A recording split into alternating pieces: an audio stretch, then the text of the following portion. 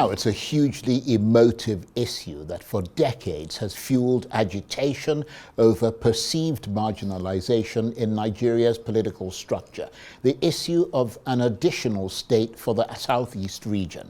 But now the Joint Committee of the National Assembly on the Review of the 1999 Constitution has approved its creation, which, if ratified, will increase the number of states in the Southeast from 5 to 6. The region is currently the only geopolitical zone in Nigeria with 5 states compared to 7 in the Northwest and 6 in the remaining 4 zones.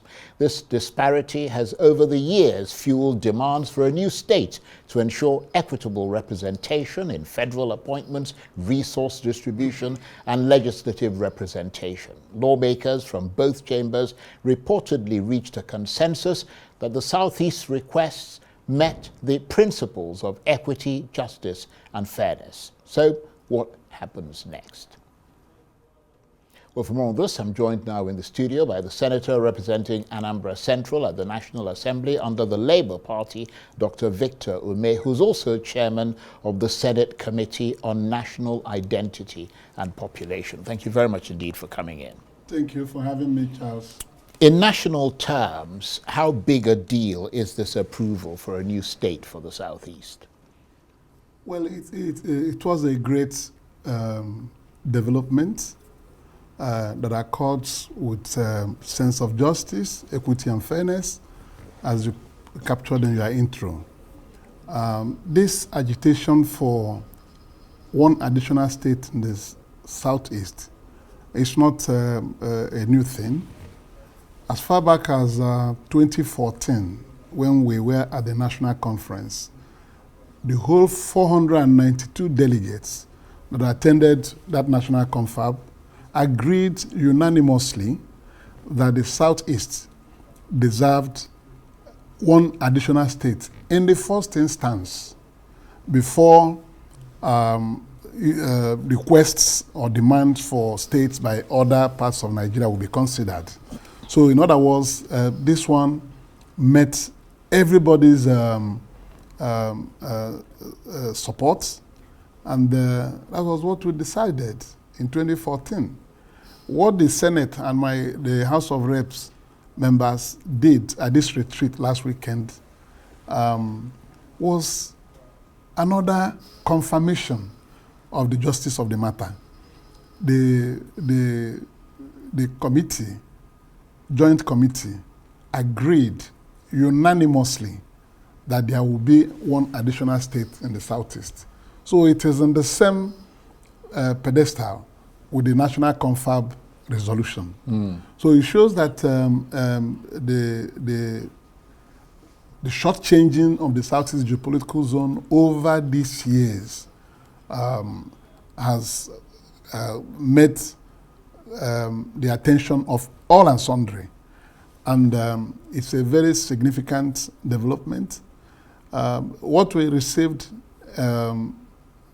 as requests for additional states across the country were 55 states, additional states.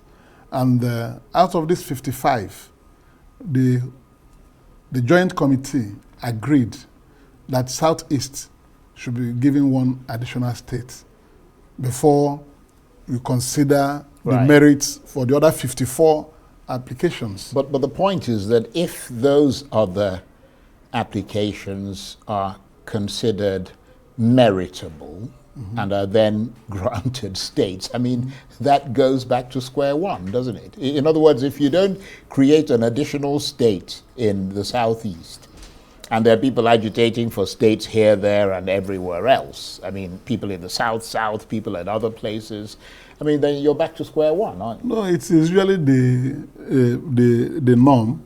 Once anything is on the table, everybody will go for it. At the national conference, we had as much as 50-something states being demanded. There's no new state that is being demanded today. Many of them were in the 2014 national conference, demanded as well. But the point is that before you go into the motley of all the requests, you first of all look for where it is hurting very badly. Yes, most. Right, but this one has now come, and the other 54 states that are still pending for consideration. There are other. The Southeast is not eliminated. Right. Yeah. So when the Southeast gets this one additional state to come then up, it's a level playing it's a level field. playing field with Northwest, of course, still shooting out with 7. But if you now say you want to create one additional state per zone, Southeast will be entitled to another state. Right. Then at that time they will be getting 2, because the national confab, like in the present case, said that if the Southeast gets one additional state in the first instance, states can be now created across the geopolitical zones on the basis of equality. Yeah. So it means that Southeast has moved on with one state, additional state, which is very good enough.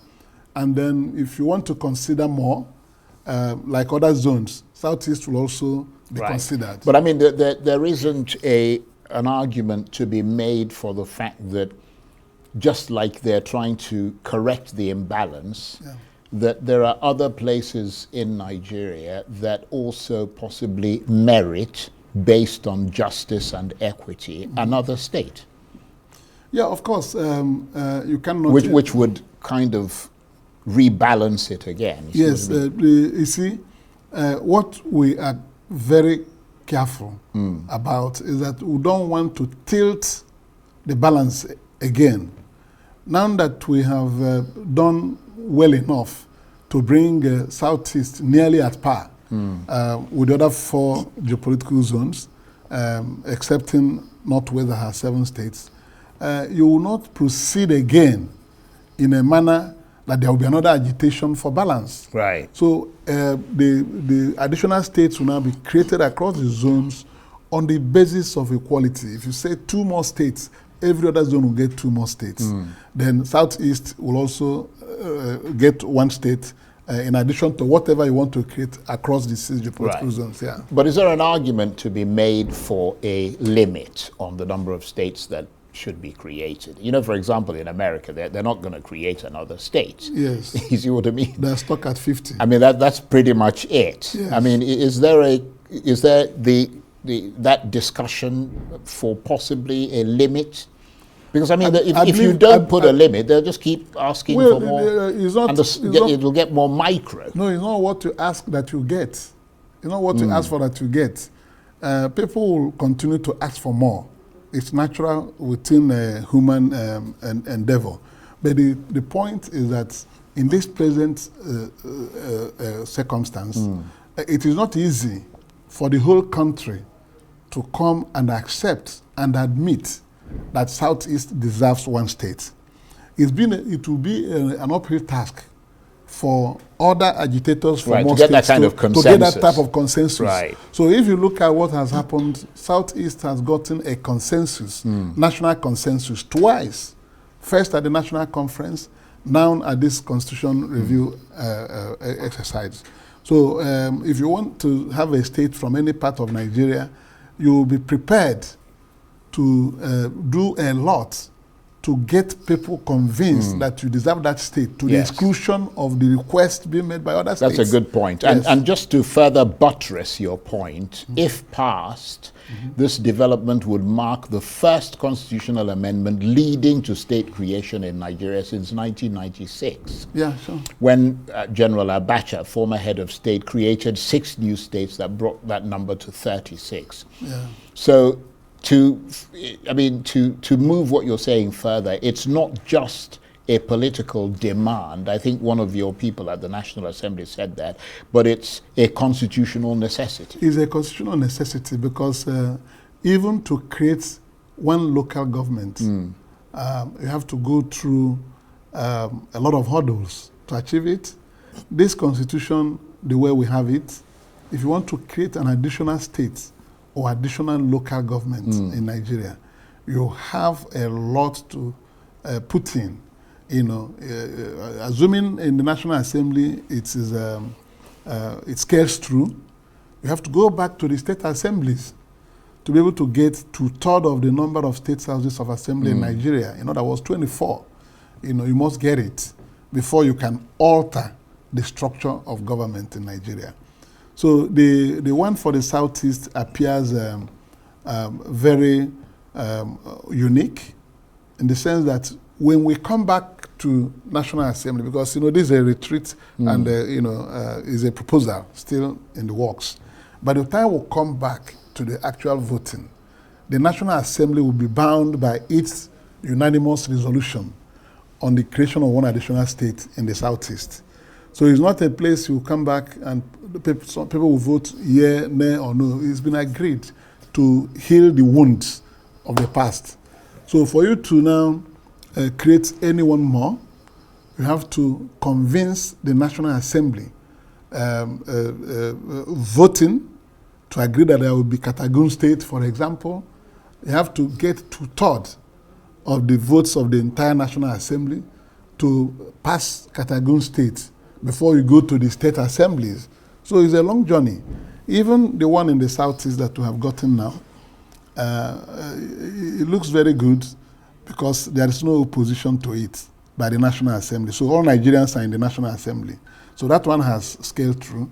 But you have to go back again to the Southeast to find that additional state. Where will it be? Where will it come from? Where will it be located? So you have to go through other constitutional processes to get the people to agree that this is the state that they will have, before now the final action will be taken. Right. But I mean, do you look at this approval by the Joint Constitution Review Committee and think this is a freak one-off event? Or do you think this is a sign of change and better things to come for the Southeast? I believe... Because this is just one complaint. There are a lot of other complaints. There are other complaints, but I believe very much so. One additional state for the Southeast, people have been hearing about it. The Southeast people have canvassed for it. And it's very glaring when you look at it. Apart from 5 states that the Southeast has the least number of local governments by that balkanization of Nigeria by the military at that time. They have the least, 95 local governments. So it is a case of putting them down behind, because the number of states you have, the number of local governments you have will determine what you get out of the national resources in all so that's what it's all about, is it? So that's it. And now that we have gotten this one, it's about money. Yeah, it's about money. but it's also it's about money and but that money never trickles down to the people who actually make up the state. It just hangs around the people who sort of run the state. That's a different thing now. But if you consider that in the political process, you want to have a national convention of a political party, you draw delegates from local governments and states. So the Southeast had always been contributing the least number of delegates in major political decision-making processes. This will be bridging that gap, And so that increases its voting power. It increases its voting power, and in resource allocation and sharing in Nigeria, you get more, Appointments, like if you want to recruit, sharing, that's what we do here. So when you want to recruit people into the federal civil service or agencies of the federal government, you get nominations from states and local governments. Yeah. So I believe that we are on the march towards correcting this unfair political structure. Right. Nigeria has but I mean, has this, without banging on about it, has this brought the Southeast out of that dark period of wondering why they have 5 states and everyone else has 6 or 7? Has this move by the Joint Committee now at least started the process of disproving the hypothesis that there is a conspiracy against the Southeast? Well, this move is a shooting move, It's beautiful in the sense that when you continue to cry out about marginalization of your people and people don't listen to you, it will be very frustratingly annoying. And it shows that there's nothing time cannot do. You know, time heals wounds. It took us a long time. If 2014 to now is 11 years. So after 11 years, it reverberated again that the Southeast deserves one additional state, and every Nigerian agreed with it. So it makes a bold beginning for complaints to be addressed. Those things that people were not giving attention to, you know, with time, they will be addressed. So this is a very great beginning. Right. I believe so, and I'm sure everybody is happy with it. Right. So and I want to encourage Nigeria to proceed this way, because when people are aggrieved, you don't continue to move on as if those people are not Nigerians. So these injustices, there are pockets of it across Nigeria. It's a time for us to begin national process of healing, bringing everybody together, having a common vision and purpose for the country, instead of moving on and some people are dragging you down, you know, emotionally, right, and so on and so forth. So briefly, what's the way forward from here on with this? Well, we're excited with it, and you know, it's a process, so we are looking forward to when it will be. But is there a time frame, sort of thing?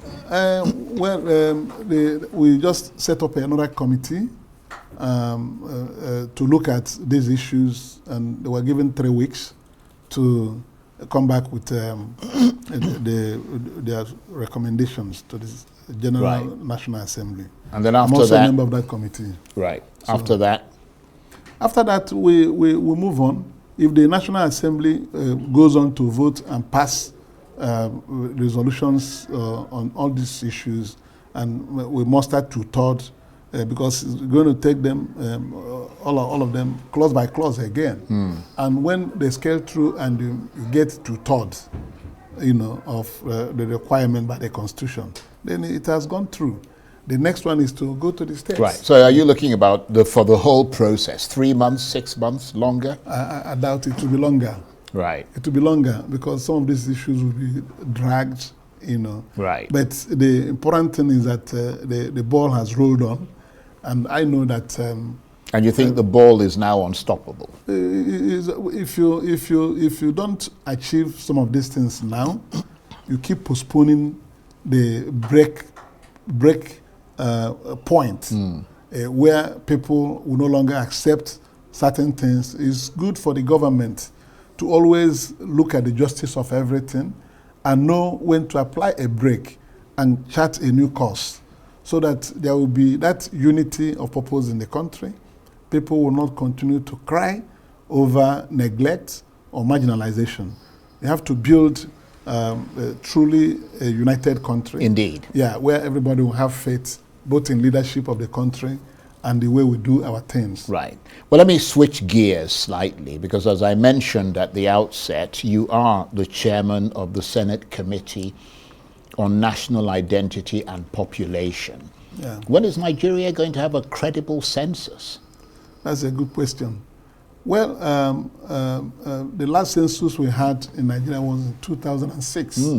2006 to now is 19 years. We are expected to do a national census at least every 10 years. You know, so that we have not done it for 19 years means that we are far behind. And the population is growing by the day. If you don't know the number of people that live in your country, you'll be planning aimlessly.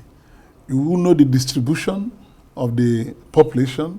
Your demographic data will be based on estimates all the time.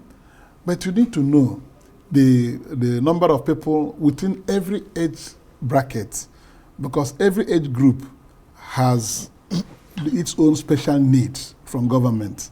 And government should be able to know the accurate, even if it's not accurate, but it be credible population figure, so that government can now estimate on how to allocate its resources.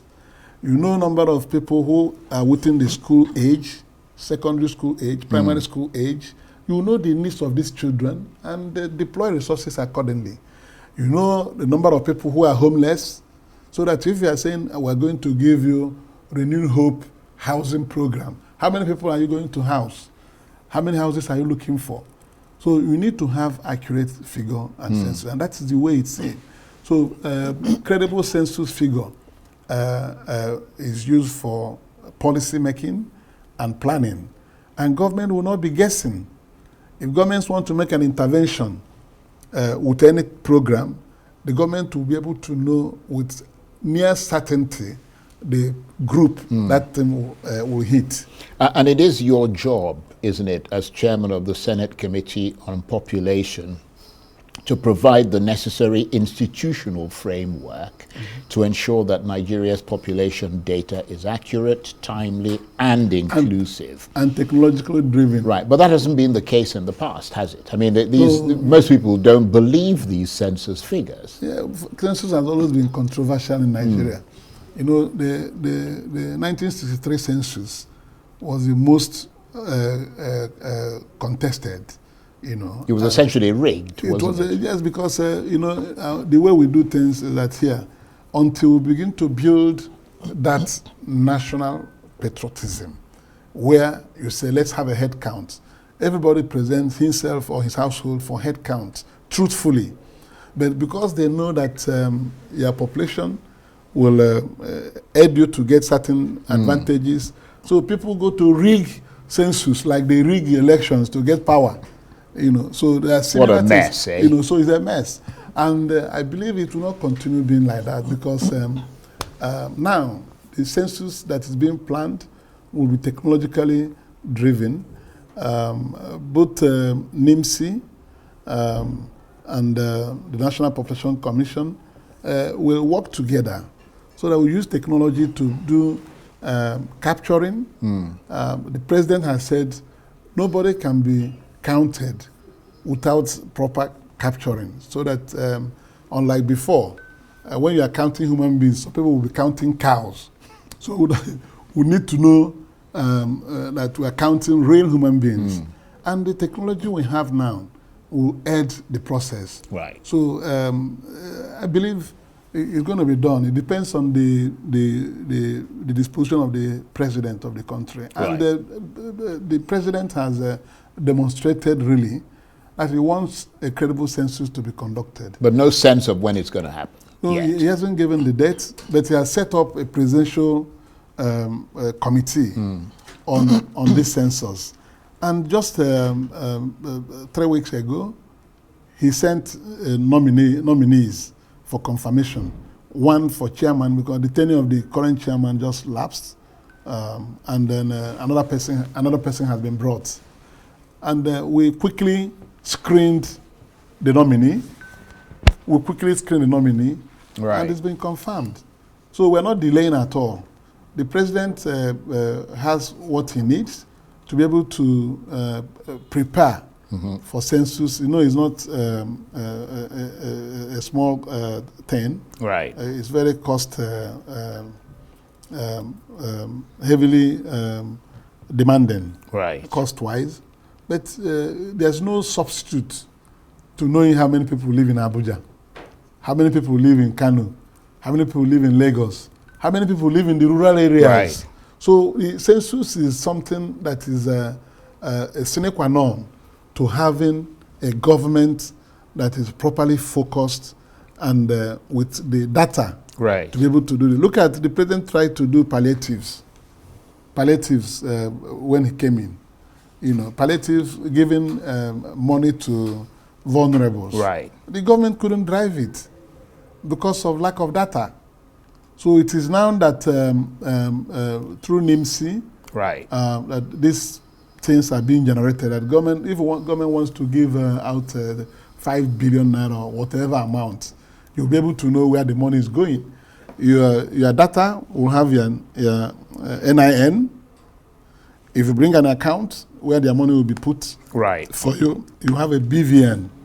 So all this data-based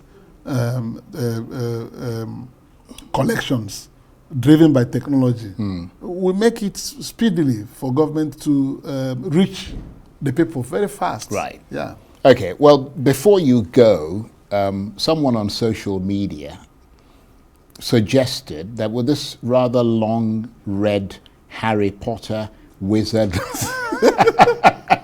that with this rather long red Harry Potter wizard-like hat that you wear, that you don't actually exist in the real world like the rest of us, but are more like an artificial intelligence simulation. But I can say incontrovertibly that you're not a simulation. No, I'm not a simulation. I mean, seeing you live here and in person disproves that hypothesis. Yes, so I just wanted to make that clear. Yes. But give us a bit of the history of this long red cap, because you're about the only person I see. I mean, I know people wear the short red caps, but I've never seen anybody wearing something quite as long as that. Well, I mean, the truth, red cap. The truth is that a lot of people wear long red cap like my own, but you wouldn't notice it. Right. This cap that I wear, because of my activities over time in Nigeria, everybody has known this cap. If you go to where they sell red cap, the people who sell them will ask you, which one do you want? You want Vic Umeh's cap or the other regular type? So it's become a trademark. So it's already known. Right. This is Vic Umeh's cap. And I have worn this cap to the global stage. You see me in London, I'm wearing it. In America, I'm wearing it. There was one incident after the 9/11 attack in America, when America became a red alert zone. And I came with this cap, I got immigration. You made them nervous. When they saw me, they were very, very, agitated. Who is this man? Is he one of those people that will come and wreck America again? So they took me out and asked me to remove this cap that I was wearing. I said, no, I will not remove it. It became a very serious issue. The first immigration official said, please, remove this cap. I said, I will not remove it. He said, why? I said, no, this cap it goes with a lot of tradition and cultural connotations. So I can't remove it. He said, you can't remove it? I said, yes. He went away, called a senior person. The person came again and said, remove this cap. I said, no. That was in Washington Dulles Airport. He said, remove this cap. I said, no, I won't remove it. He said, why? I said, I'm a king in my place. I can't remove it, And before you wear this cap, there are things you will do, before you put it on your head. And if you want to remove it, you have to reverse those things. He looked at me and said, okay. Where are you from? I said, I'm from Nigeria. He said, Nigeria? I said, yeah, I'm Igbo. So, Igbo? Where is it? I said, in Nigeria. He said, okay, wait a minute. He went out and called another. The third person came with a very big jackboot. Boo, boo, boo. You remove this stuff in your head. I said, no, I will not. I just deliberately engaged them. And he said, you must remove this. Look, when you come to America, you must cooperate with the immigration officials. Otherwise, from here you go back. I said, no, please, bear with me. It's my culture and it's my identity. So he went and called another person. The person now came and read the immigration rules to me. So you have an option now to decide what to do. Whether you're going back from here or you cooperate with immigration officials. I said, let me think about it. So I stepped by the side. I did some incantation. I came back. I said, I have appeased the gods at home. And they've given me permission to remove the cap. So I said, I cannot remove it. He said, okay, you cannot remove it. They brought something out. I said, put it there. I removed it. They didn't see anything. They were looking at it, using something to poke it. And in the end, he said, okay. They put it in the machine. He came back again. They put it a third time. He came back. He said, okay. Next time when you come here, make sure you cooperate with the immigration officer. I said, okay. I said, now that I've removed this cap, I can't wear it again. He said, okay. So they gave it to me. I went, I held it in my hand. I was going out. I didn't know they were following me. So when I put it back on my head, he said, hey, stop there. I said, what's that? He said, you said you will not wear it again. Why are you putting it back? I said, oh, so you didn't see me when I was talking to the spirits at home. And I obtained their permission. So it was a funny thing. I have to say that's a fascinating story. Charles, but we have to run. It was a great experience. Because we can't keep the next guest They waiting. now know me. They now know me. What I'm trying to tell you about this cap, right. all through America, they know me. Any airport I pass, if they check me, whether it is in Atlanta or anywhere, they will see, it's recorded, this is my exchange with them. So once they see me, they'll laugh. Fascinating story. I want to thank you very much indeed for sharing that with us and all the other things we discussed. I like that. The Harry Potter wizard. Harry Potter, yes. Dr. Victor Umeh is the senator representing Anambra Central at the National Assembly under the Labour Party. He's also the chairman of the Senate Committee on National Identity and Population. Really nice to talk with you. Thank you very much. My pleasure indeed. And you're watching Arise Prime Time.